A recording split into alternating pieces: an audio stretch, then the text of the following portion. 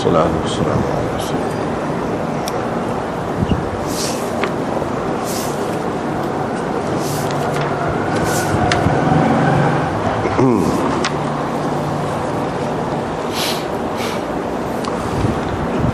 Babun min haqqil muslim lil muslim raddus salam. Kita start situ.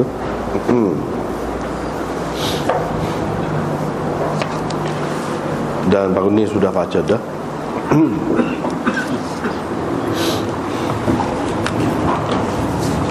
Antara hak orang Islam terhadap orang Islam, tanggungjawab maksudnya situ, tanggungjawab orang Islam terhadap orang Islam yang lain, kewajipan orang Islam terhadap orang Islam yang lain ialah menjawab salam situ. Wa bihi qala haddatsani Harmalah bin Yahya. Situ. Imam Muslim dengan sanad yang meriwayatkan daripada Abi Hurairah, katanya Rasulullah sallallahu alaihi wasallam bersabda, 5 perkara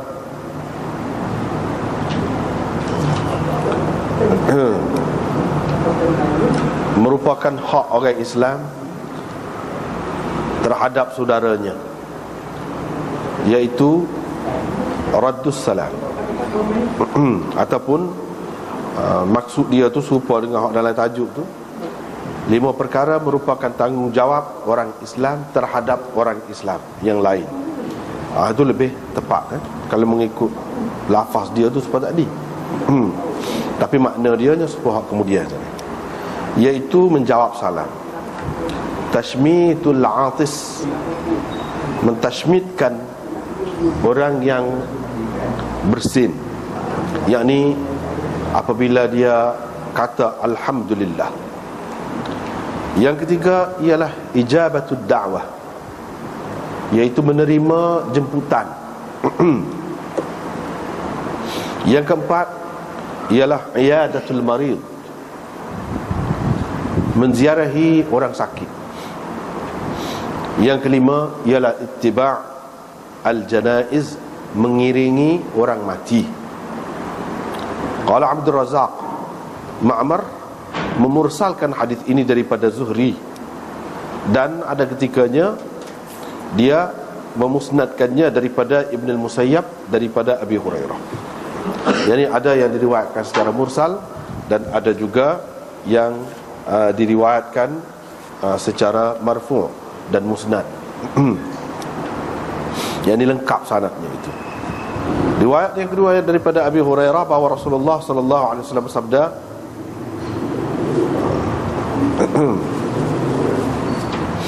iaitu tanggungjawab orang Islam terhadap orang Islam yang lain. Ada 6 perkara. Para sahabat bertanya, apakah 6 perkara itu, wahai Rasulullah? Baginda menjawab, apabila engkau menemuinya, beri salamlah kepadanya, dan jika dia menjemput engkau, maka terimalah jemputannya. Yang kedua. Yang ketiga, bila dia minta nasihat daripadamu, maka berilah nasihat dengan ikhlas hati, dengan tulus kepadanya.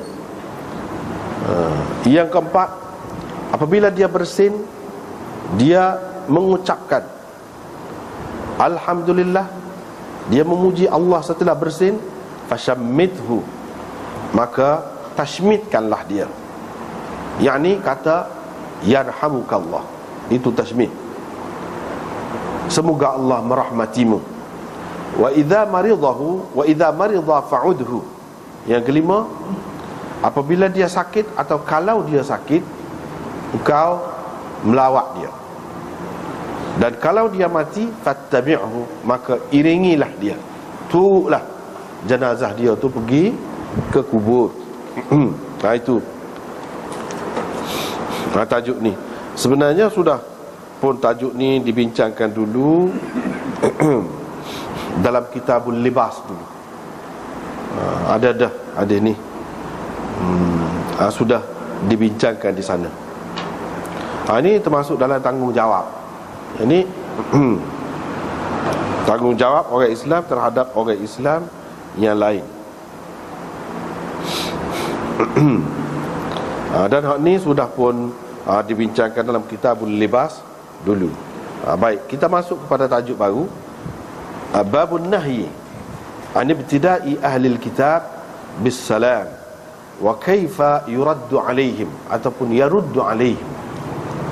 Bab larangan memulakan salam kepada ahli kitab dan bagaimana seharusnya salam mereka dijawab apabila mereka memberi salam. Ataupun kalau kita kata itu, kalau kata yuraddu, kalau kata yaruddu, bagaimana seseorang itu harus menjawab salam ahlul kitab ataupun orang kafir kepada kita. Itu dia ada dua perkara. Yang pertama, Imam Nawawi buat tajuk larangan kita memulakan salam kepada ahli kitab. So, yang kedua, kalau dia bagi salam, bagaimana kita nak jawab? Hadisnya yang pertama ialah riwayat daripada Anas bahawa Rasulullah SAW bersabda, iaitu kalau ahlul kitab memberi salam kepada kamu, maka kamu jawablah dengan berkata wa'alaikum, dan kepada kamu juga atau kamu juga. Itu sebenarnya kita sudah baca dah baru ni, terjemah tak perlu terjemah dah. Kita tengok saja kepada syarah Imam Nawawi di sini. Hadis tu banyaklah sampai ke akhir bab ni. Ada beberapa hadis.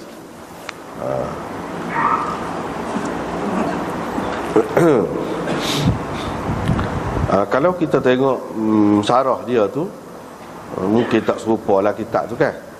Kalau sini yang ketujuh, baris yang ketujuh tu, mungkin kitab tak serupa, dekat-dekat tu lah. Sebab kita tidak nak ambil semua. Mula-mula sebelum pada tu dia sebut banyak riwayat ni, lafaz lagu ni, lagu ni, lagu ni, lagu ni, semuanya kita sudah jumpa dah dalam baru ni kita sudah baca dah dan terjemah dah. Bila sampai tempat huraian dia sebenarnya situlah baris yang ketujuh.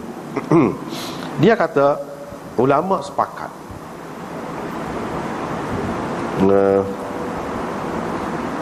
mengatakan kena jawab kepada ahli kitab apabila mereka memberi salam, tetapi tidak dikatakan kepada mereka wa'alaikumussalam, bahkan dikatakan alaikum sahaja ataupun wa'alaikum.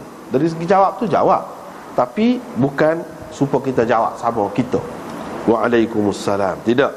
Tapi jawab alaikum sahaja ataupun wa'alaikum. Di dalam hadis-hadis yang dikemukakan oleh Muslim ini, kita berjumpa, kata dia, macam-macam riwayat. Ada hak sebut jawab alaikum sahaja, ada yang sebut dengan wa'alaikum, yakni dengan ada waw dan dengan tidak ada waw.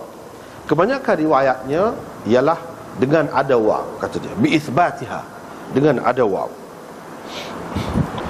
Berdasarkan hak ada waw ini, maka makna dia ada dua macam, kata dia, dua cara. Yang pertama, yakni mengikut zahirnya, mengikut zahirnya. Faqalu, mereka kata assalamualaikum, maksud dianya alaikum al-maut, mampus kamu. Kalau kita bahasa Melayu, mampus kamu. Faqala, bila kita jawab wa'alaikum dengan ada waw, itu maksudnya kamu juga, kamu pun. Jadi kalau kami, kamu kata mampus, kamu pun mampus juga. Kamu juga, kamu pun. Kalau dengan maksud doa kan tidak baik untuk kematian, doa kematian, kematian ni bukan kita saja mati, kamu pun mati juga. Maksudnya gitu. Itu maksud wa'alaikum. Dengan ada waw itu kamu pun, kamu juga. Maksud dianya, ini Imam Nawawi sebut, nahnu wa antum fihi sawa wa kulluna namut. Sama saja, kami dengan kamu sama saja dari segi ni, dari segi mati ni. Semuanya akan mati. Kamu pun mati juga. Yang kedua, kalau ada waw ni, kalau jawab dengan wa'alaikum gini, ada waw gini, cara yang keduanya, maksud yang keduanya ialah kita pakai waw di situ dengan makna waw istinaf, waw istinafiyah, bukan waw ataf. Hak tadi kita pakai dengan makna waw ataf, makna lagu tadi. Ni waw istinaf, ini dari segi nahwu lah, bukan waw ataf. Dan tasyrik, bukan. Takdir dianya, kira-kiranya maksud dia bila kita kata wa'alaikum atas dasar waw itu waw istinafiyah, maka makna dia wa'alaikum ma tastahiqunahu minadz-dzam. Kamu tidak ada makna dan, tidak ada. Juga tak ada, pun tak ada. Bila kita kata waw istinafiyah, maksud dia kamu berhak mendapat kecelaan. Wa'alaikum ma tastahiqunahu minadz-dzam. Kamu berhak mendapat kecelaan. Sebab apa? Kamu kata kepada orang benda lagu tu.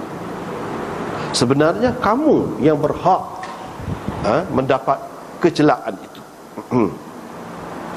Itu kalau kita kata ada waw. Kalau kita kata tidak ada waw, maka maksud dia ialah bal alaikumussalam.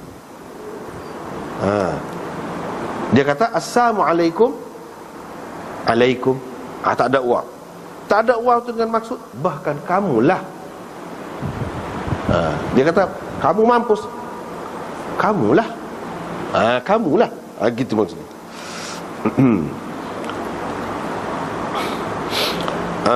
Qadhi Iyad berkata, setengah ulama termasuk antara mereka itu Ibnu Habib Al-Maliki, dia kata buang waw itu. Dia pilih hak tidak ada waw itu. Hak tu lebih molek, kata dia. Sebab apa? Supaya tidak ada makna tasyrik itu, perkongsian itu. Makna perkongsian itu tak ada. Kalau kita kata ada waw, bermakna puak-puak dia kata kamu mampus. Kita kata kamu, kita jawab, kita kata kamu juga. Artinya kita terima lah. Kalau dia kata tu dia cela kita, sama-sama tercela. Dia pun mampus, kita pun mampus. Begitu. Tak molek dia kata. Kalau ada waw gitu. Tetapi orang lain selain daripada Ibnu Habib mengatakan ada waw itu lebih baik. Sebab apa? Kebanyakan riwayatnya ada waw gitu, bukan tidak ada waw. Hak tak ada waw pun ada juga, tapi hak lebih banyaknya ada waw. Setengah-setengah ulama kata kita jawab alaikumussalam, bukan salam. Bila dia kata assalamualaikum, dia kata alaikum silam. Kalau nak jawab penuhlah bunyi itu macam sama. Alaikumussalam, silam. Silam tu makna batu. Mu boleh batu. Gitu. Mu boleh batu tu orang Arab kata mu boleh batu, mu pun sia-sia, tak berguna. Gitu. Tetapi ini pendapat yang dhaif, kata dia. Takwilan yang seperti ini dhaif.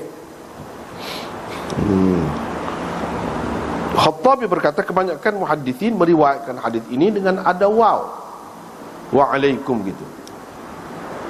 Tetapi Ibnu Uyainah meriwayatkannya tanpa waw. Kata Khattabi, wa hadha huwa as-shawab. Wa hadha huwa as-shawab. Dia betul sebab Ibnu Habib tadi dia pilih tak ada waw, lebih berarti maksud dia. Sebab balik semula kepada dia, kita tak kena kita. Kalau kita kata ada waw, makna berkongsi. Kecuali kalau kita pakai waw itu dengan makna waw istinafiyah, maka tidak ada makna perkongsian lah. Kalau kita pakai dengan waw ataf, ada makna perkongsian itu.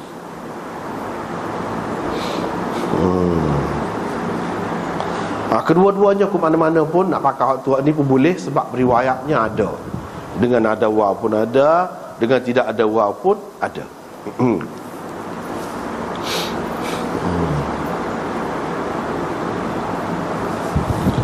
Lepas tu habis itu.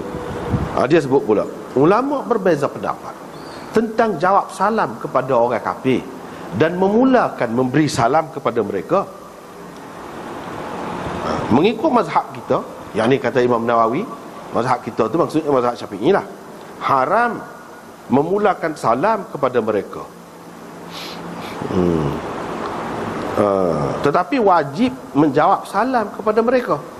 Kalau dia beri salam, kita kena jawab dengan mengatakan wa'alaikum ataupun alaikum sahaja.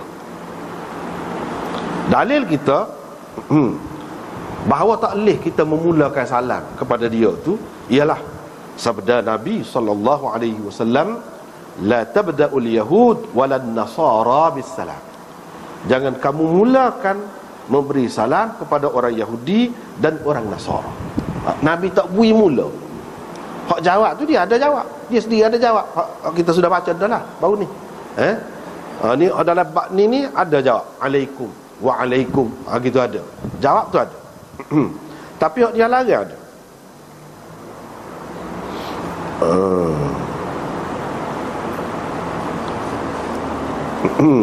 Wa bihadha alladhi dhakarnahu an madhhabina qala aktsarul ulama wa 'ammatus salaf. Kebanyakan ulama dan umumnya ulama salaf pegang apa kita kata tadilah, gitulah mereka pegangnya. Lepas tu dia kata wa dhahabat ta'ifatun ila jawaz ibtida'ina lahum bis salam. Ruwiya dhalika 'an ibn Abbas wa Abi Umamah wa ibn Abi Muhayriz wa huwa wajhun li ba'd ashabina hakahu al-Mawardi, lakinnahu qala yaqul assalamu alayka wa la yaqul alaykum bil jam'i. Segolongan ulama berpendapat harus boleh kita memulakan salam kepada orang kafir. Kita kata dulu ke dia, bukan dari dia, dak, kita kata ke dia assalamualaikum, assalamualaikum, ataupun setengah orang kata assalamualaikum, boleh. Kita kata gitu kepada orang kafir. Dan ini diriwayatkan, kata boleh ni daripada Ibnu Abbas di kalangan sahabat, Abi Umamah dan Ibnu Abi Muhayriz. Dan ini juga satu wajah, satu pendapat dalam mazhab Syafi'i juga, kata dia, yang disebutkan oleh Mawardi. Tetapi dia kena kata assalamu alayka, jangan kata assalamualaikum gitu. Tapi setengah-setengah ulama kata tak ada, serupa je. Assalamualaikum boleh kalau dia seorang, kalau assalamualaikum kalau dia ramai kita kata lagu tu assalamualaikum. Mereka berhujah yang kata boleh tu kita mulakan. Dia berhujah dengan hak mana? Dalil dia dengan umum hadis. Dengan umum hadis ini. Dan hadis hak lain-lain lagi tentang ifsya'is salam, iaitu menyebar luaskan salam. Menyebar luaskan tu lagu mana? Tidak akan jadi luas betul kalau kita sekadar orang Islam saja. Orang kafir pun kita bagi juga baru luas. Barulah kata. Dia kata lagi. Tapi Imam Nawawi bantahlah. Imam Nawawi tak setuju. Dia kata hujjatun batilah. Itu hujjah mengarut, kata dia. Dia kata mengarut. Sebab apa? Itu hujjah tu ifsya'us salam, yang ni meratakan salam, mengumumkan salam itu hadis itu umum, makhsus dengan hadis la tabda'ul yahud walan nasara bisalam. Hadis itu umum, kita tak boleh pakai seumumnya begitu. Kena tengok pula hadis lain yang mengkhususkan. Hak kata umum tu umum di kalangan orang Islam, bukan umum sampai kepada orang kafir, kepada Yahudi. Hak Yahudi tu kena tengok dalil lain pula. Dalil lain yang kita sebut tadi, jangan kamu memulakan salam kepada orang Yahudi dan Nasara. Nabi ada kata gitu. Yang ni hadis itu mengkhususkan umum ifsya'is salam, afsyus salam. Dalam hadis kita sudah jumpa dah sebelum pada ni. Wa qala ba'du ashabina, ada juga setengah-setengah tokoh ulama dalam mazhab Syafi'i, kata Imam Nawawi, berpendapat makruh bukan haram memulakan salam kepada mereka, wala yahrum, tidak haram, kata dia. Wa hadza dhaif aidan, kata Imam Nawawi. Ni juga dhaif, kata dia. Sebab apa? Nahi, bila Nabi larang, asal makna dia ialah haram. Hak betulnya, kata dia, haram memulakan salam kepada mereka. Haram memulakan salam kepada mereka. Qadhi Iyad pula, dia ada sebut pendapat sekumpulan ulama mengatakan harus kita memulakan salam kepada mereka jika perlu, jika ada keperluan, jika ada hajat atau ada sebab. Dan ini adalah pendapat Alqamah dan Nakhai. Ada dinukilkan daripada Imam Al-Auza'i, iaitu dia berkata, kalau engkau memberi salam, yakni dululah beri salam dulu kepada orang kafir, faqad sallama as-salihun, ramadah sebelum pada ni orang-orang hak baik-baik, hak juru-juru, orang-orang soleh pun buat lagu tu, ada juga buat lagu tu, dia kata. Wa in tarakta faqad taraka as-salihun, kalau mu tak beri salam dulu kepada orang kafir pun, ada juga contoh dulu ramadah orang-orang yang soleh hak tidak buat lagu tu. Seolah-olahnya bagi pilihan lah, bagi pilihan kepada kita. Ada juga sekumpulan ulama mengatakan tidak boleh jawab salam mereka itu, dan ini diriwayatkan oleh Ibnu Wahab dan Ashhab daripada Imam Malik, dia sebut.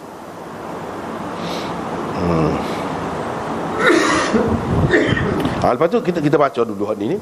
Sesetengah ashab kita, yakni ulama-ulama dalam mazhab Syafi'i, kata harus seseorang itu bila jawab salam, kalau dia beri salam kepada kita dengan mengatakan wa'alaikumussalam, harus. Kalau dia beri salam boleh, harus. Walakin la yaqul, tapi jangan kata wa rahmatullah tambah tu, jangan. Sekat tu je. Wa'alaikumussalam, sekat tu je. Ini disebutkan oleh Mawardi, tapi Imam Nawawi kata ini dhaif, bercanggah dengan hadis-hadis ni. Tu ya, Imam Nawawi nampaknya kerah tafsir. Wallahu a'lam, kata dia. Dan harus kita mulakan salam kepada sekumpulan orang. Dalam ramai-ramai tu ada hak Islam, ada hak kafir. Ramai belaka, Islam pun ramai, kafir pun ramai. Atau seorang saja orang Islam dan hak ramai-ramai lagi orang kafir. Boleh kita beri salam. Kalau lagu tu kita mulakan beri salam, kalau lagu tu boleh. Dan dia hendaklah memaksudkan hak Islam. Ini pendapat dia. Dia sebut sini. Ini berdasarkan hadis yang lalu bahawa Nabi SAW beri salam kepada satu majlis yang bercampur baur di dalamnya orang Islam dan orang musyrikin. Ada Nabi beri salam, dia beri dulu. Pasal apa? Pasal dalam kumpulan gitu. Habislah situ. Ini beberapa pendapat yang kita baca tadi, nampaknya berbeza-beza. Tetapi pendapat sini dia tidak sebut sini. Dia tidak sebut sini. Kalau dalam Syarah Bukhari, Hasyiah Sahih Bukhari itu, cetakan Pakistan tu tepi itu, dia ada ambil petikan daripada beberapa tempat menunjukkan memang boleh kita nak beri salam, kita jawab. Kalau dia beri salam betul, tidak serupa Yahudi lah, tidak serupa dia kata assalamualaikum, dia kata assalamualaikum, boleh kita jawab. Dan kita nak beri, kalau kita tahu dia tu orang jujur, orang molek, dia tak ada jenis menyindir tadi. Hak Yahudi tadi sebenarnya berdasarkan riwayat-riwayat yang lain, dia sebut, dia buat macam bunyi assalamualaikum, sebenarnya dia buat tak berapa terang, sebut assalamualaikum, buat gitu. Kita kan cepat, sebenarnya assalamualaikum. Tapi orang ingat sekali dengar macam dia beri salam betul. Hak lagu tu ada kemuskilan tadi, jawab waalaikum macam-macam, waalaikumsalam macam-macam tu. Hak lagu tu. Tapi kalau hak molek, maka boleh. Tapi sebagai apa? Sebagai cerita, bukan sebagai doa. Hak tu molek. Sebagai cerita, assalamualaikum. Salam tu siapa? Allah, Tuhan yang bersifat dengan assalam. Assalamualaikum, Tuhan yang merupakan punca kesejahteraan dalam kehidupan dunia akhirat pun. Tuhan tu lah, Allah tu lah. Alaikum, menjaga kamu.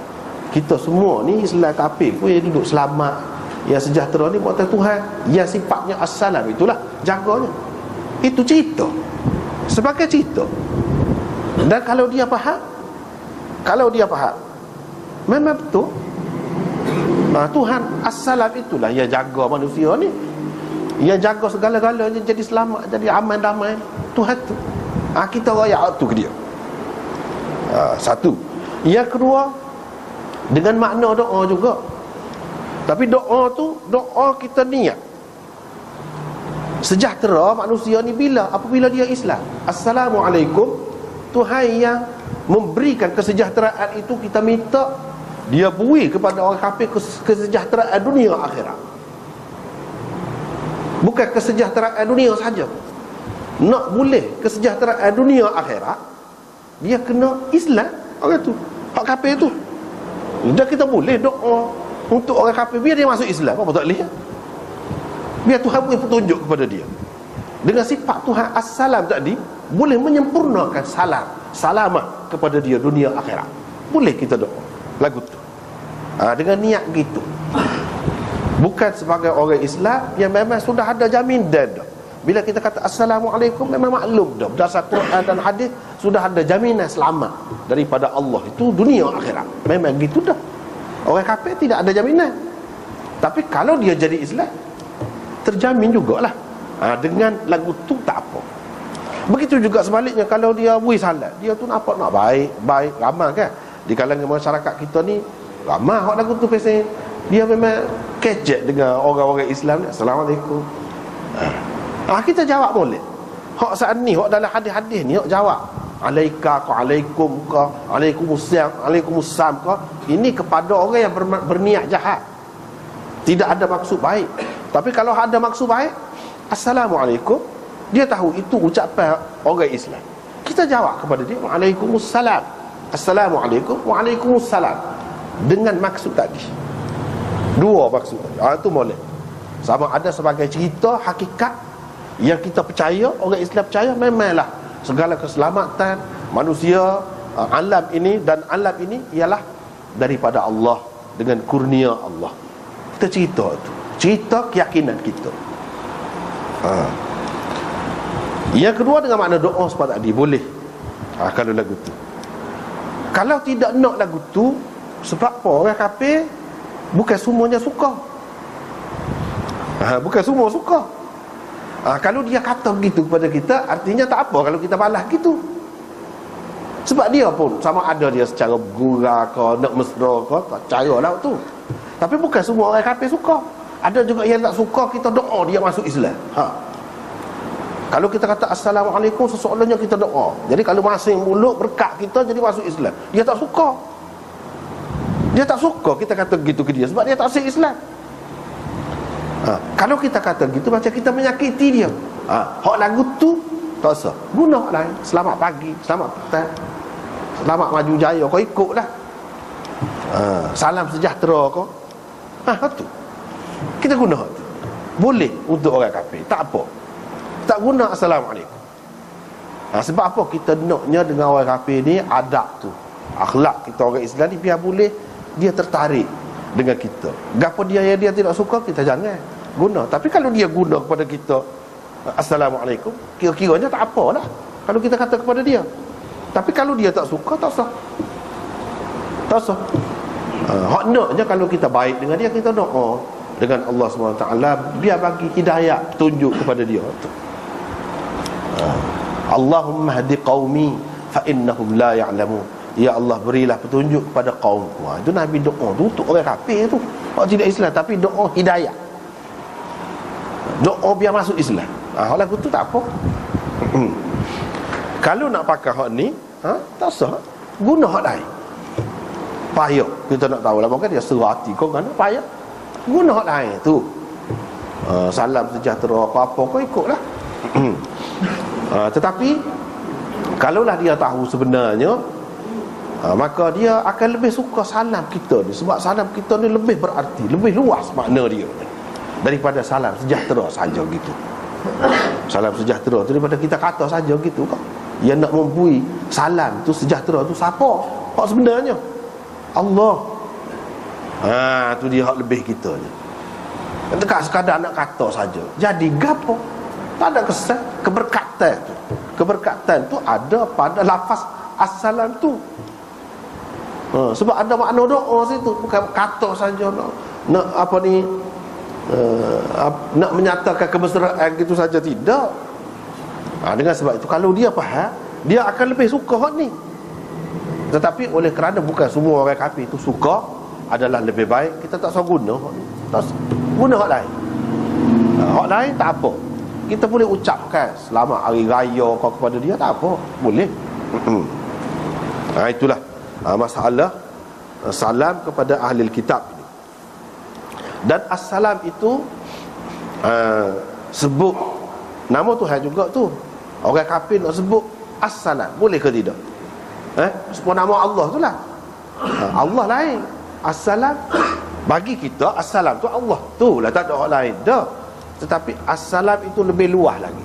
Allah tu khusus. Sebab tu jadi tak boleh tu. Kalau assalam masih boleh lagi lah, kita bertolak ansur.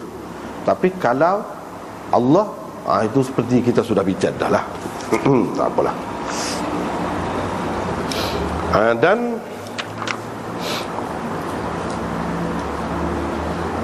Nabi SAW ajar supaya kita beralih, berlembut, bersifat penyantun dengan orang-orang kafir ni. Hak kasar, hak jelas dia kata gitu, buat menyanyi lah. Kita kata Assalamualaikum, Assalamualaikum. Kita kamak ke, Aisyah kamak ke, Nabi tak dengar molek. Hak dia kata hak tu, Aisyah nak marah tu, dia jawab kerah lah. Alaikumussalam wadzam, kata dia. Baru ni kita sudah jumpa dah. Kamu lah yang mampus, kamu lah yang berhak mendapat celaan, kamu lah yang tercela. Nabi SAW tegur, jangan kata begitu. Rasul tak dengar kau dia kata gapo. Aisyah kata dengar dah, kata dia. Jawab dah, kata dia. Waalaikum. Nabi kata kita jawab gitu, jangan lebih daripada dia. Jangan kita mulakan hak tak molek. Kalau dia buat hak tak molek, kita pun jangan lebih. Biar padan dengan dia, cukup setara tu. Itu akhlak hak Nabi SAW ajarnya lembut. Kalau nak kira orang kata gitu kepada kita, faman i'tada alaikum fa'tadu alaihi bimithli ma'tada alaikum. Dalam Quran banyak lagi ayat-ayat yang lain, wa jazaa'u sayyi'atin sayyi'atun mithluha. Ayat-ayat yang seumpama tu kalau kita jawab seumpamanya boleh, tidak salah. Tetapi dari segi akhlak, hak lebih baik, hak lebih mulia, kita biar kurang daripada dia, jangan serupa dengan dia. Jangan lebih. Lebih tu tak boleh lah. Sama dengan dia pun tidak sesuai. Alah kurang. Tapi kalau kita jawab sama boleh dah. Cuma Nabi SAW nak ajar isteri dia dan seterusnya kepada umat dia ni biar berlembut. Biar orang kafir tengok sendiri sifat orang Islam ni lagu mana. Bagus, juru, tidak kasar, tidak kita kata totok. Totok lah kita kata, tidak totok. Biar dia tengok sendiri. Dengan sebab itu, dengan orang kafir ni perlu benar jaga hubungan tu. Setengah-setengah orang dia kata orang kafir boleh curi barang dia ke apa. Jangan. Setengah-setengah orang tu dia ada ilmu, dia jadi tak nampak. Di kedai tu boleh tahan ambil. Dia ada ilmu, dia pakai ilmu. Lagu tu pun tak boleh, tak sah lah. Hak moleknya, kalau gapo-gapo hak dia, orang ambil pun kita tolong hantar balik. Itu tunjukkan akhlak yang mulia kepada orang kafir. Nabi SAW lagu tu. Dia tidak tunjuk kasar ataupun ada peluang, ambil peluang tu. Tidak gitu. Kecuali kalau orang tu bertindak kasar terhadap kita. Balas boleh lah. Sekadar sama tu boleh. Itulah yang dia tegur Aisyah tu. Jangan lagu tu. Allah SWT suka orang berlembut, orang beralu, orang bersopan. Allah SWT suka lagu tu. Allah SWT tidak suka kekejian dan perbuatan yang keji ataupun kata-kata yang keji, dia tidak suka. Inna Allah la yuhibbul fuhsh wat tafahhush. Baru ni kita sudah jumpa hadis. Allah SWT tidak suka hak keji, hak tak molek dia tak suka. Perbuatan pun tak boleh juga, perkataan pun tak boleh juga, hak tak molek. Biar ke dia lah, biar orang nilai sendiri tengok rendahnya akhlak dia, peribadi dia. Sedangkan orang Islam tidak gitu.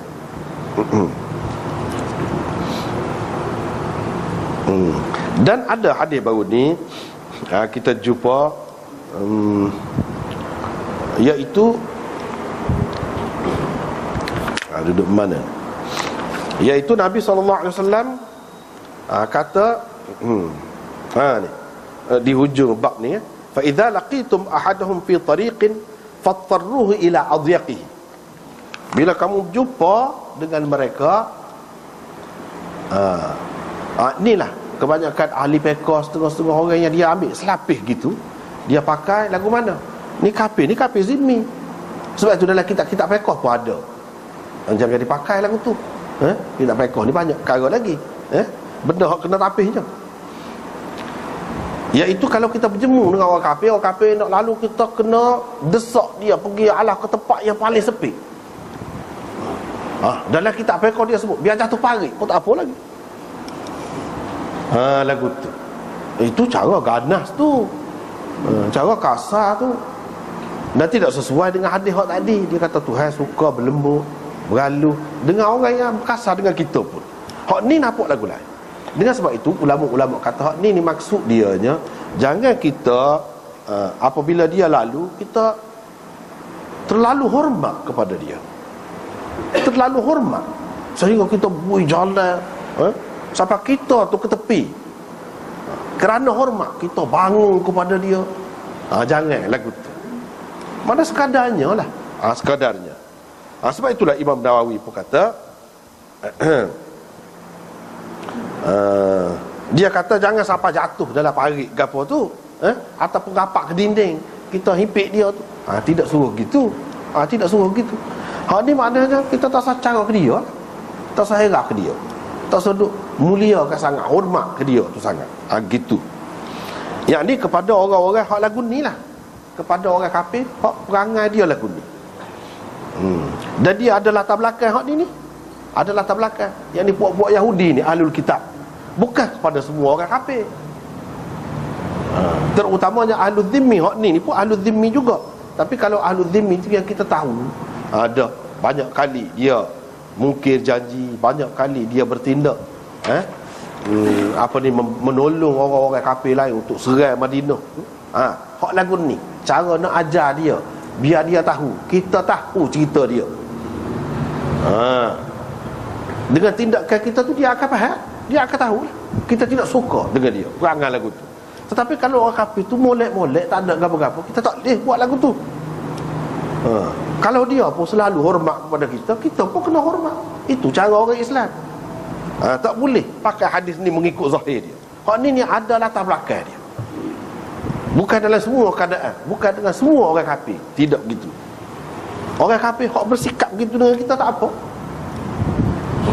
Tapi kalau hak tidak bersikap begitu, tak boleh. Misalnya hak kafir Ka'ab bin Al-Ashraf dan lain-lain lagi, Yahudi, Nabi SAW suruh bunuh. Pasal apa? Dia pun nak bunuh juga Nabi. Dia pun maki, sumpah macam-macam kata kepada Nabi SAW. Hak lagu tu lain. Hak lagu tu lah latar belakang ahlul kitab ada zaman Nabi SAW tu lagu tu. Bukan ini untuk semua orang kafir. Tidak. Terutamanya kafir zimmi. Hak tu Nabi SAW suruh jaga sangat. Bahkan dia kata sesiapa yang buat nyaya kepada orang kafir zimmi, ana hajijuhu yaumal qiyamah. Aku akan menjadi peguam bela dia di hadapan Allah SWT esok di hari kiamat. Aku akan bela dia. Tak boleh. Dengan sebab itu kena berhati-hatilah. Setengah-setengah orang dia kata kafir ni harbi belaka. Tidak begitu. Tak begitu. Habislah situ. Lepas tu bab istihbabis salam ala sibyan. Ini bab elok memberi salam kepada kanak-kanak. Molek kalau kita beri salam kepada kanak-kanak. Sebab apa? Sebab Rasulullah SAW sendiri kalau dia lalu dekat budak-budak duduk main, dia beri salam. Assalamualaikum. Dia beri salam. Lepas tu budak tu wajib kau jawab? Tak wajib. Kalau kita beri salam kepada budak seorang, kau ramai, kalau dia tak jawab, tak dosa buat dia tu. Sebab apa? Dia tidak mukallaf. Tapi molek juga walaupun begitu, walaupun dia tidak mukallaf, kita beri salam kepada dia. Untuk apa? Satu, sebagai doa. Memang nak sejahtera ni bukan orang tua saja, bukan orang dewasa saja, budak-budak pun perlu kepada kesejahteraan juga. Apalagi Nabi, apalagi orang-orang yang baik-baik, yang berkat, kita kata doa dia tu makbul. Satu. Yang keduanya nak ajar dia. biar dia terlatih dengan cara lagu tu. Biar dia biasa dengar. Biar dia biasa dengar benda-benda lagu tu, jadi dia akan ikutlah semula. Itu faedah dia. Dan yang ketiganya, menyatakan sifat merendah diri. Tidak kata budak-budak saja kena mengutamakan orang tua. Tak. Orang tua pun, biar budak tu berasa kita ambil berat tentang dia. Kita letakkan dia tu pada kedudukan yang istimewa di sisi kita, dalam perhatian kita. Itu maksud di sini. Nabi SAW pun buat gitulah. Sebagai menyatakan merendah diri, menyatakan sayang. Jadi mesra lah.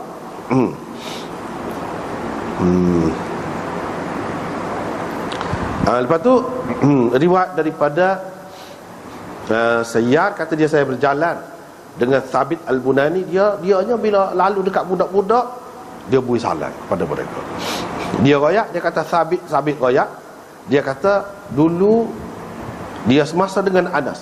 Ni Thabit ni orang kemudian lagi, orang tabi'in. Dia kata semasa dengan Anas, sahabat dulu. Anas ni pun lagu tu juga. Kalau berjalan jumpa dengan budak-budak, dia beri salam. Anas pun royak selalu. Sebab apa? Dia sahabat, dia dengan Nabi dulu berjalan. Kalau Nabi berjumpa dengan budak-budak, Nabi akan beri salam. Jadi dia cerita tu cerita selalu. Benda ni kita ambil daripada orang atas lagi. Dan bersambung-sambung lagu tu sampai kepada Nabi SAW.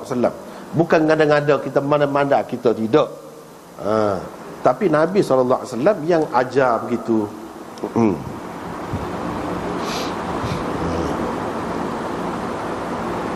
Tapi kalau budak-budak beri salam kepada kita, kita wajib jawab.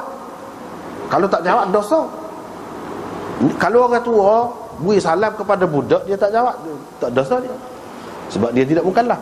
Tapi kalau budak-budak beri salam kepada orang tua, dia kena jawab, wajib. Kalau kumpulan, seperti baru ni lah kita sudah jumpa dah baru ni.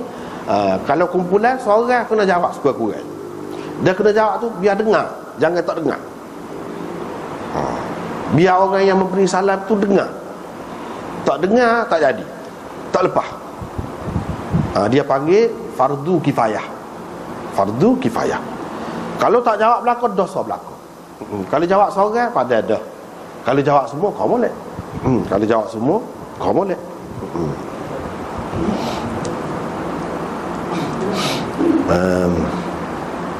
Lepas tu Imam Nawawi sebut. Ni kita tengok Imam Nawawi pula. Dia sebut oleh kerana beri salam ni kan, beri salam ke orang kafir, beri salam kanak-kanak. Kalau orang perempuan lagu mana? Tak ada sebut dalam hadis ni. Tak ada sebut dalam hadis ni. Dia royak dalam syarah dia ni, dia sebut wa amman nisa. Adapun kalau perempuan, kalau mereka itu ramah, beri salam kepada mereka. Assalamualaikum, assalamualaikunna, tak apa.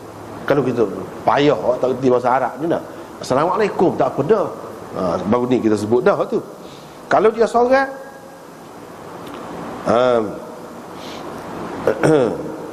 ramai perempuan boleh beri salam kepada satu orang. Tidak kata ramai, seorang pun boleh beri. Hak ramai beri salam kepada seorang boleh. Suami dia boleh, tuan dia boleh, mahram dia boleh, sama ada comel kau tidak comel kau, kalau demon ni boleh berlaku.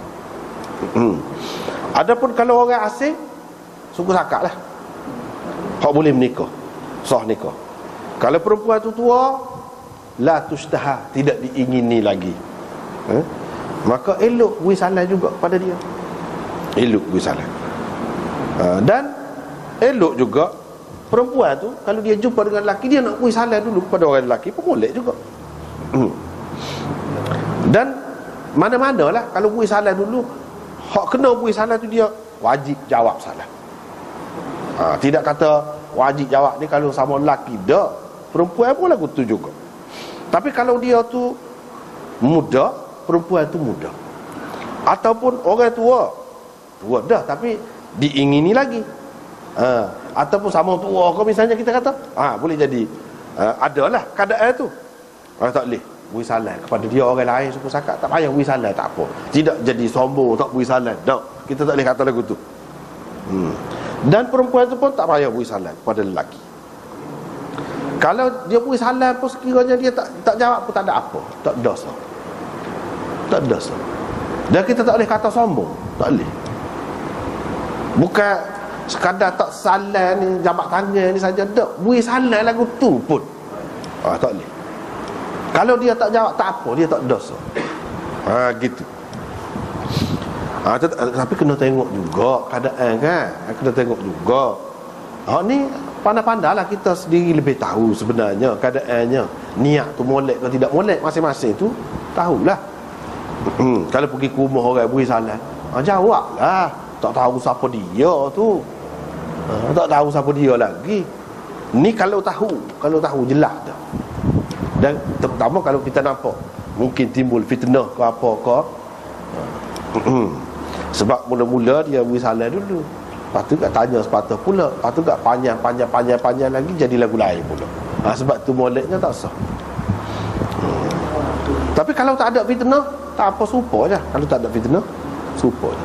Dan masalah fitnah ni masalah nisbi. Masalah fitnah boleh jadi kepada setengah-setengah bangsa tu kan, biasa je. Tak ada lah nampak lah mana. Tidak jenis gelojoh.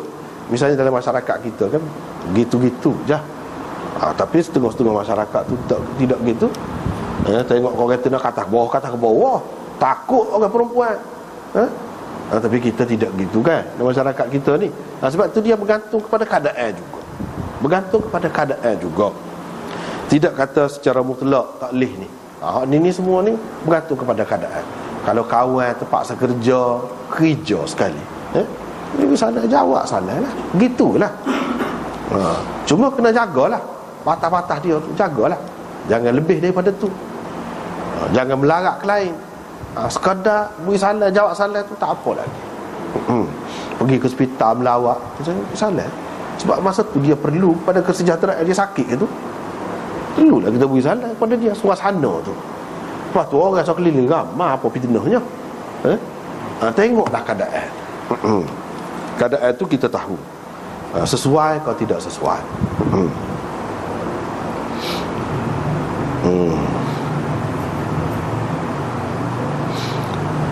Kata dia jawab masalah ada perincian saat ni dengan perincian saat ni, itulah mazhab jumhur. Tapi ada juga mazhab Rabi'ah. Dia kata orang lelaki tak boleh beri salam pada perempuan secara mutlak, tak secara ke mana-mana. Begitu juga sebaliknya, perempuan tak boleh beri salam pada orang lelaki secara mutlak. Imam Nawawi kata wahadha ghalat, ni salah, silap. Dia tak setujulah pada lagu tu. Dia kena ada perincian. Keadaan tu kena tengok. Itulah mengikut jumhur ulama.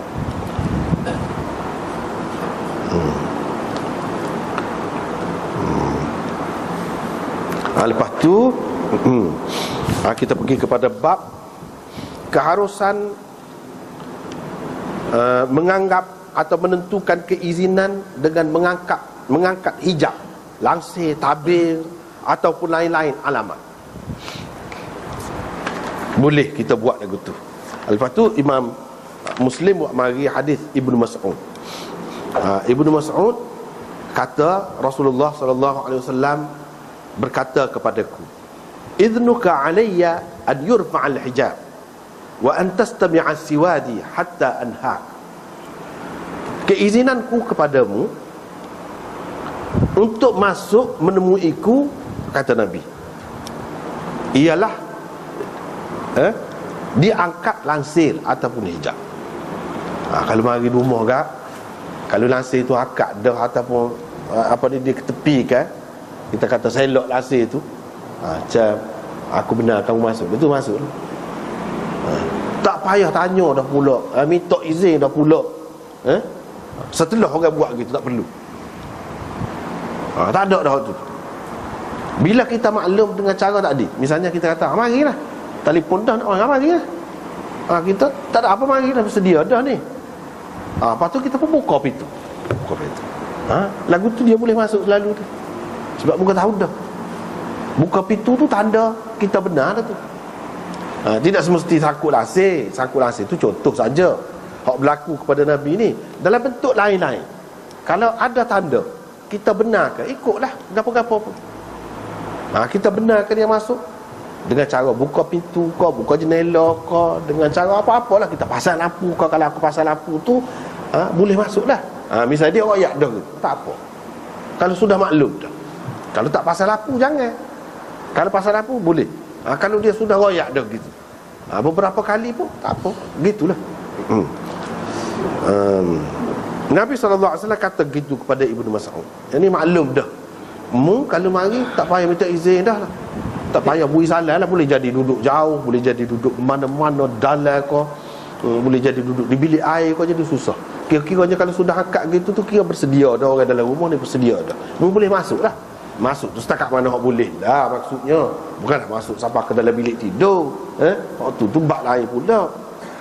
Masuk setakat mana boleh masuk lah. Supaya kita kata ruang tamu, boleh situ, sekadar situ dah. Dan engkau boleh mendengar bisikanku, sehingga aku menghalang engkau. Mana mu boleh mari dekat tu, siapa dekat tu, siapa, kalau aku bisik mu dengar, boleh. Ini ulama-ulama kata termasuk dalam keutamaan ataupun kelebihan Ibnu Mas'ud. Sampai begitu sekali Nabi ni rapat dengan dia. Sebab itulah sahabat-sahabat, dia kata Ibnu Mas'ud ni, kami ingat kepada sahabat-sahabat baru-baru lah, dia ni salah seorang keluarga Rasulullah. Pasal apa pergi mari dalam rumah tu kan tak ada nampak sakut, tak ada nampak ada halangan, mudah saja dia masuk tubik tu. Sehingga orang-orang hak baru, sahabat-sahabat hak baru ingat dia ni salah seorang keluarga Nabi sallallahu alaihi wasallam. Itulah dia ni rapatnya dengan Nabi sallallahu alaihi wasallam. Sebab itulah dalam mazhab Hanafi kan, dia kalau tu guru nombor satu di kalangan sahabat ialah Ibnu Mas'ud. Sebab Ibnu Mas'ud ni orang tua, dia masuk Islam awal. Lepas tu dia rapat pula dengan Nabi sallallahu alaihi wasallam. Lepas tu dia terkenal pula Sahibun Na'lain. Sahibun Na'lain ni maknanya orang sahabat yang je cara kasut Nabi saja. Kasut Nabi dia je cara pergi mana-mana. Kalau Nabi pecah kasut, dia bawa pegang lalu kasut. Sebab apa? Sebab boleh jadi dia tidak nak tubik kau ni, dia nak tubik kau tu, dia masuk kau ni. Kalau kita kata dia tak ambil kasut, kena mari kau ni pula lah nyusah, sedangkan nak tubik kau tu. Dia pegang kasut. Bila nak Nabi nak pakai kasut di sana, dia letak. Dia jaga kasut Nabi sallallahu alaihi wasallam. Jaga kasut tu, kasut ni sesuatu yang paling hina lah di kalangan orang Arab. Kita tidak gitu, kita tidak gitu. Kita tak berapa nyata tu. Di kalangan orang Arab, orang India, orang Pakistan, kasut tak boleh pergi. Akak kasut, minta maaf lah, tak boleh, hina benar dia. Kalau kita faham dengan kasut, bagi dia gocoh lebih baik lagi. Gocoh tak apa dia, tak apa. Tapi kalau kasut, berasa terhina sangat. Orang Arab ni daripada dulu lagi pun, apabila seseorang tu pegang kasut, seseorang yang ni dia meletakkan diri dia tu rendah, rendah, sehingga kalau pijak dengan kasut pun tak apa. Pijak dengan kasut pun tak apa. Yang ni kita sangat memuliakan dia. Itu maksudnya.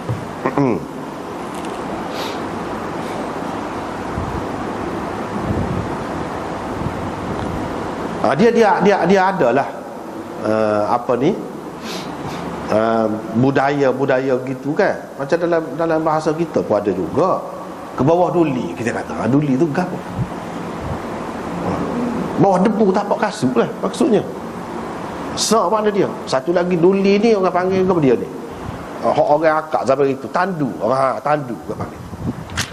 Orang zaman itu kalau dia menikah ke apa, pengantin tu dia akak dalam tu pikul lah. Berapa orang pikul usung. Tu duli tu mana tu lah. Itulah duli dalam bahasa Sanskrit. Ke bawah duli tu mana kita sanggup pergi duduk bawah tu, kita akak dia, julai dia.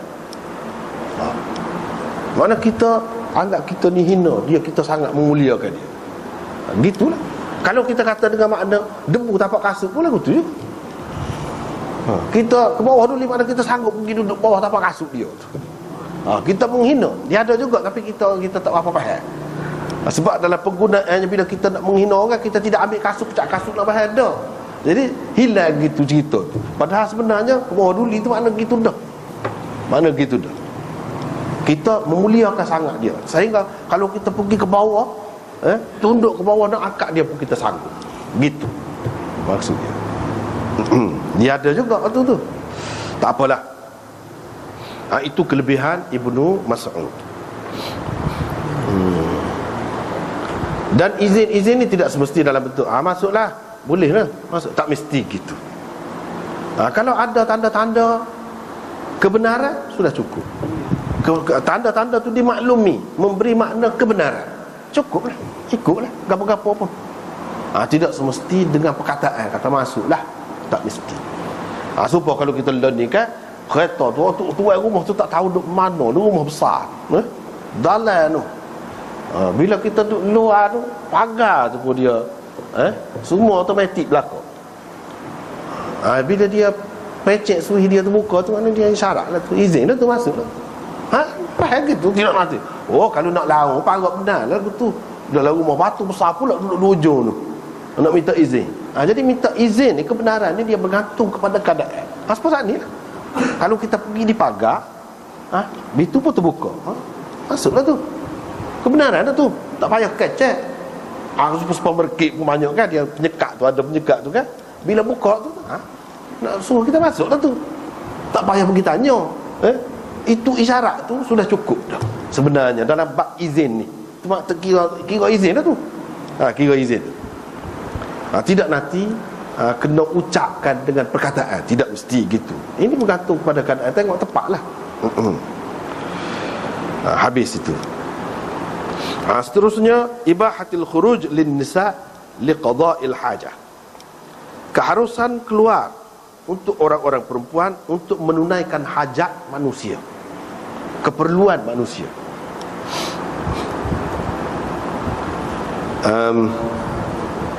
Ini riwayat daripada Aisyah, kata dia Saudah keluar selepas diturunkan hukum hijab. Selepas ada hukum hijab untuk menunaikan hajatnya. Dan dia adalah seorang perempuan yang besar.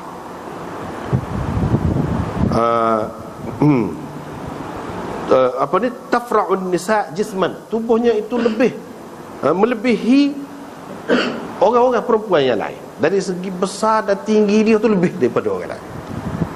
Itu maknanya tafra'un nisa. Isteri Nabi SAW hak seorang ni dia besar tinggi, sehingga maklum kalau ramai-ramai tu orang tahu. Dia kata tidak tersembunyi kepada orang yang kenal dia, orang tahu. Walaupun pakai tudung pun tahu. Sebab apa? Lebih daripada hak lain-lain dari segi tubuh dia. Pernah Umar tengok dia, Umar pun kata, Saudah, kata dia, dia kata engkau kenal, kita kenal semacam, kata dia, engkau tidak tersembunyi kepada kami. Maksudnya kami kenal semacam. Tengok tu, kata dia, lagu mana tu bik tu, kata dia. Saudah pun pusing balik selalu, patah balik selalu. Dan Umar kata begitu, dia patah balik selalu. Rasulullah SAW ada di rumah aku, kata Aisyah. Patah balik tu, dia hanya duduk makan. Rasulullah duduk makan malam, makan petang, Aisyah. Di tangan dia ada tulang. Dia duduk kekeh tulang lah. Tulang ada daging-daging lagi di tulang tu, kekeh tu. Saudah pun masuk mari. Dia pun kata, wahai Rasulullah, saya keluar, Umar kata begini-gini, kata. Umar kata begini-gini. Qalat, Aisyah kata, fa'uhiya ilaihi thumma rufi'a anhu. Nabi SAW pun mendapat wahyu. Lepas tu wahyu tu pun hilang lah, keadaan suasana tu hilang. Ketika mana tulang tak ada duduk tangan dia tak ada letak dah. Wahyu bagi. Itu kata Aisyah. Faqala, Nabi SAW pun kata, sesungguhnya dibenarkan kepada kamu untuk keluar untuk hajat kamu. Dalam riwayat Abi Bakr, yafra'un nisa jismuha. Ini perkataan tadi lah. Tadi dia kata tafra'un nisa jisman. Ni yafra'un nisa jismuha. Tubuhnya itu melebihi tubuh orang-orang perempuan yang lain dari segi besar dan tingginya tu. Lafaz dia berbeza, maksud dia sama saja. Abu Bakar dalam hadisnya, ni berdasarkan banyak sanad dia ni kan. Dalam hadisnya dia kata, Hisham berkata, untuk hajat kamu tu dibenar, kamu keluar untuk hajat kamu tu maksudnya ke padang untuk buang air. Tu hajat tu maksudnya untuk buang air. Baras. Ni bahasa Kelantan kata berak. Yalah mari sini. Mari sini. Sebab baras tu padang, tempat terbuka. Asal makna dia. Tapi tempat tu orang pergi untuk apa? Untuk buang air besar. Sebab kita lah, berak tu kasar, pergi buang air besar. Itu halus sikit. Ni pergi ke padang. Pergi ke padang tu maksudnya untuk maksud tu lah. Hak tu maksud dia hajat tu dibenarkan kepada kamu. Tidaklah nak kau tak boleh nak tumbuk rumah tu, nak pergi buang air pun tak boleh. Tidak gitu. Allah benarkan kamu pergi untuk tunaikan hajat kamu. Lepas tu seterusnya dia bagi pula riwayat daripada Aisyah juga. Aisyah kata isteri-isteri Nabi SAW keluar tengah malam. Bila mereka nak buang air, mereka pergi ke padang, iaitu Sa'id Afyah, padang yang luas lah, tak ada tempat orang, bukan orang duduk situ. Umar bin Al-Khattab selalu kata kepada Rasulullah SAW, duk kata dah, uhjub nisa'ak, berilah perintah kepada isteri-isteri kamu supaya berhijab. Rasulullah SAW tak cara. Tak cara. Lepas tu Saudah keluar. Saudah binti Zam'ah, isteri Nabi ni, pada satu malam waktu Isyak, dia ni perempuan yang tawilatan, tinggi lah. Umar pun kata, kena mu tu Saudah. Sebab apa Umar kata gitu? Kerana dia nak sangat hijab ni difardukan, dikenakan ke atas isteri-isteri Nabi SAW. Kalau boleh hayak turun pun tak apa. Tu latar belakang dia. Kalau kita tengok adik mula-mula tu nampak macam ganggu, ganggu perempuan pula, duk tegur-tegur gitu. Tapi maksud dia tu lagu lain. Aisyah pun kata, maka Allah Azza wa Jalla menurunkan ayat hijab. Ada kena-mengena dengan Sayyidina Umar. Habislah cerita situ. Tak apalah. Jadi hak ni cerita keluar rumah untuk buang air. Hak ni pun dia ada kaitan juga ni dengan keizinan.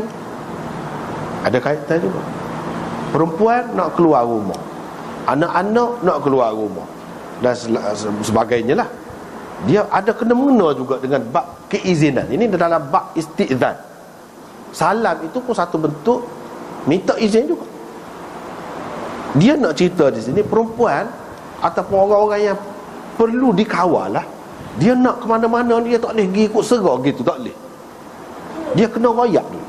Jangan ingat royak tu makna nak kontrol, nak menyekat kebebasan dia. Tidak. Nak tahu untuk keselamatan dia lah, untuk kebaikan dia. Gitu. Yang lelaki tu pun kena bui faham gitu. Perempuan tu pun kena faham molek. Jangan jadi keliru pula kata mengontrol ke, menyekat kebebasan ke. Jangan gitu.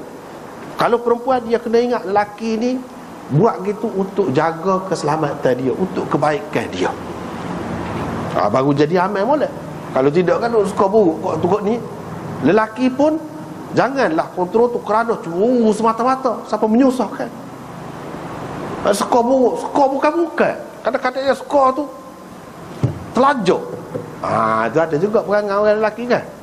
Siapa dia cemburu, hok baca dalam TV tu pun dia cemburu. Bini dia tengok, apa kena bunuh kawan tu duduk mana. No.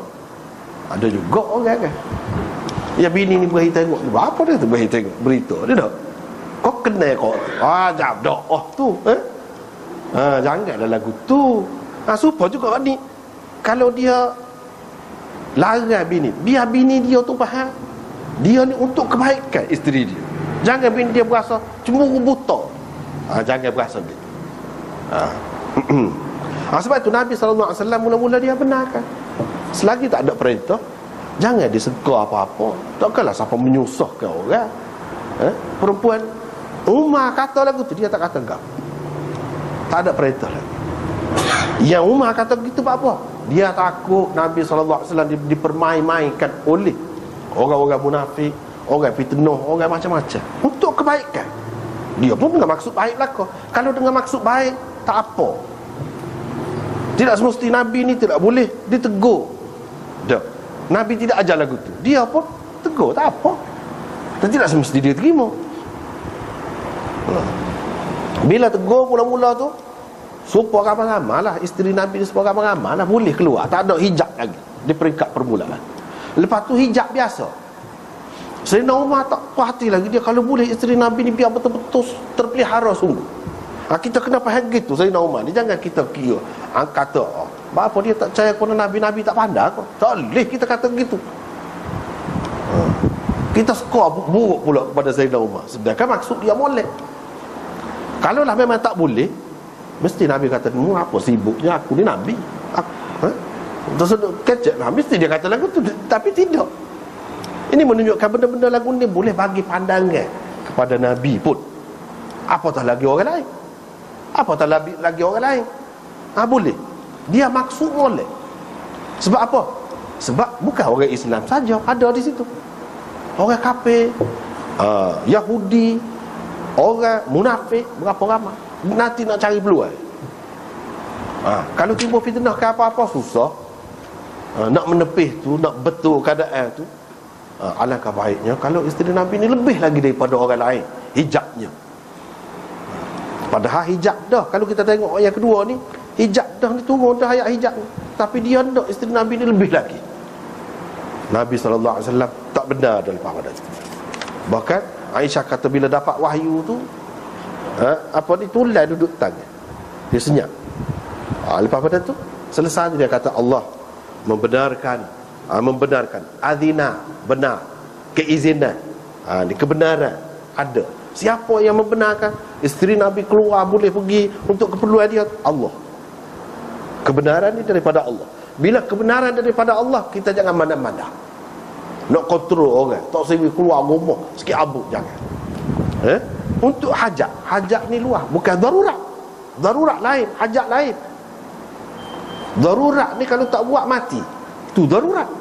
Hajat ni tidak sampai setengah tu. Kerja, hajat termasuk dalam hajat. Tidak darurat, tak mati kalau tak pergi kerja pun. Tapi kalau dia pergi kerja, banyak keperluan untuk menanggung ibu bapa, untuk menanggung adik-beradik, banyak. Dia pergi wakil, itu keperluan. Kalau isteri Nabi boleh kerana keperluan, orang-orang lain lebih lagi lah. Itu kena faham gitu. Lepas tu ada riwayat kata keluar tu, dibenarkan keluar tu tempat buang air padat. Itu Hisham kata, bukan hadis Nabi, dia tafsiran dia. Pak hadis Nabi-nya antakhrujna lihajatikunna, sekat tu. Orang lain tak ada sebut, Hisham saja ada sebut. Baras tu.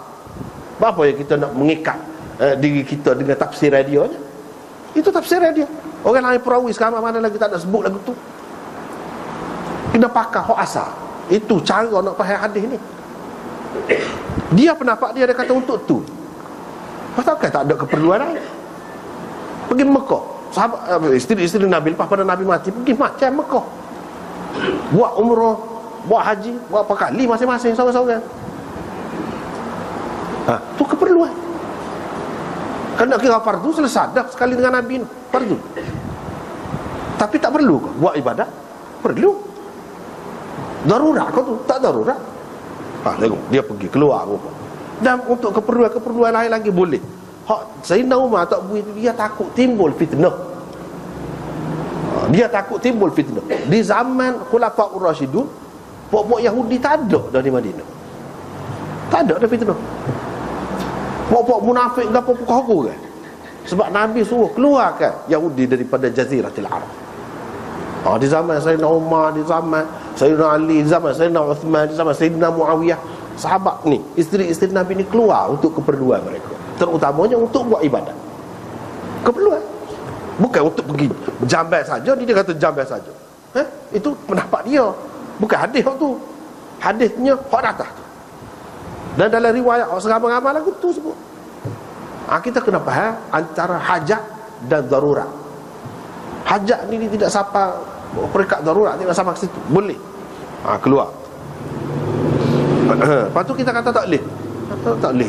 Itu pendapat kita. Ni di sini dia sebut Allah benarkan kamu. Lepas tu kalau perempuan tu dia keluar, dia usaha, dia dapat. Lirrijali nasibum mimma iktasabu walin nisa'i nasibum mimma iktasabna. Lelaki berhak mendapat hasil usahanya, perempuan berhak mendapat hasil usahanya. Tuhan kata kita halal dia.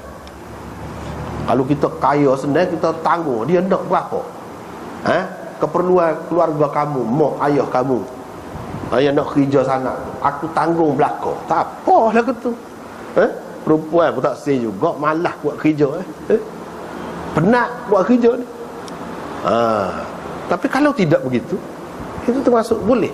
Tuhan bagi dah hak. Kenapa kita nak halal dia daripada mendapat hak dia nya? Kita tak boleh, tak boleh. Bukan kerja orang perempuan tu buat kerja cari makan, cari rezeki. Sedangkan Tuhan kata lin nisa'i nasibun mimma iktasabna. Dia ada hak sendiri, dia boleh milik sendiri. Gitu. Tapi kadang-kadang orang pandang Islam ni tidak boleh, kerana sikap orang Islam sendiri. Kadang-kadang dia tu ni perangai huduh lah. Perangai huduh lah. Dia paksa bini dia tu tukar nama tanah lah, tukar nama kenderaan lah ke dia.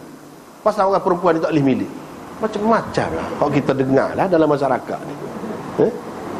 Tak betul tu. Hak dia tetap ada hak dia. Pesaka ke ada ke, itu hak dia. Bukan lelaki saja, perempuan pun dia ada hak dia, hasil usaha dia. Zaman Nabi pun ada usaha tu. Bini Ibnu Mas'ud ni sendiri, dia buat kerja keras tangan, dapat rezeki. Nabi puji dia. Dia tanya, lagu mana kalau kita beri kepada suami kita sendiri? Boleh 2 pahala, Nabi kata. Dia sahabat-sahabiah ni ada dah usaha. Bukan kata orang perempuan duduk saja senyap, tak buat kerja. Tak, tidak lagu tu, tak betul. Asalkan terkawal, keadaan terkawal, baik, molek, amal, tak apa. Itu kita tengok sini hadis ni. Bukan kata pergi ke Jamal, pergi buang air saja tu. Hisham, tafsiran Hisham, dia kata faqala Hisham yakni al-Bara. Hisham tu siapa? Bukan sahabat pun, bukan tabi'i pun, tabi'in. Tu benda je. Tak apa dah. Bab tahrimil khalwah bil ajnabiyyah wad dukhul 'alayha. Bab haram bersunyi-sunyian dengan perempuan ajnabi dan masuk menemuinya, yakni secara bersunyi-sunyian juga. Nampaknya kita berhenti sekatulah dulu. Di mana ni sebab ni panjang pula. Wallahu a'lam. Akhiru da'wana.